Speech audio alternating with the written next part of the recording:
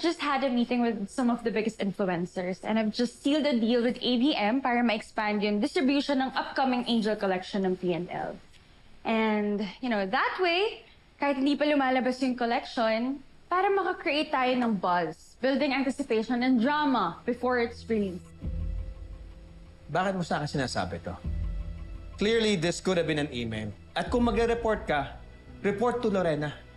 Siya ang direct superior mo, hindi ako. Because I want you to understand na gagawin ko ang lahat, not just to restore my name and reputation in this company, but to rebuild your trust in me. Gusto ko mapagkatiwalaan niyo ako ni Lorena ulit. Alam ko naman na hindi niyo ko kaagad-agad mapapatawad ni Lorena eh. I am fully aware of my sins, Beth. Kaya kahit gaano pa yan katagal, okay lang sa akin, maghihintay ako, basta patawarin niyo lang ako. Patawarin?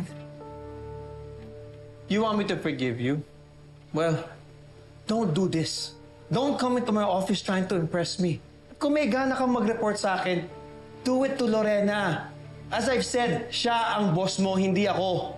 I'll do that soon. It's just that wala pa si Lorena, kaya dito na muna ako sa'yo. And also, Wilfred, I'm trying to bridge the gap between us. Para hindi naman tayo awkward as friends. Ronnie, we are no longer friends, okay? Buti pa si Lorena, binigyan ako ng chance. Pero ikaw, na mismong kaibigan ko, tsaka kakilala ko na matagal. Ronnie, huwag ka nga magdrama sa akin. Come here, nagpapaawa ka pa. Sinira mo yung tiwala ko sa'yo, hindi basta-basta babalik yun. So if you have nothing more to say, please, get out of my office. Dami pang trabaho eh.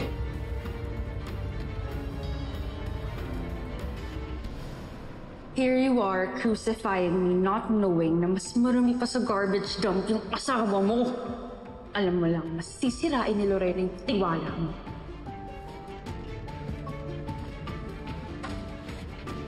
You're still here?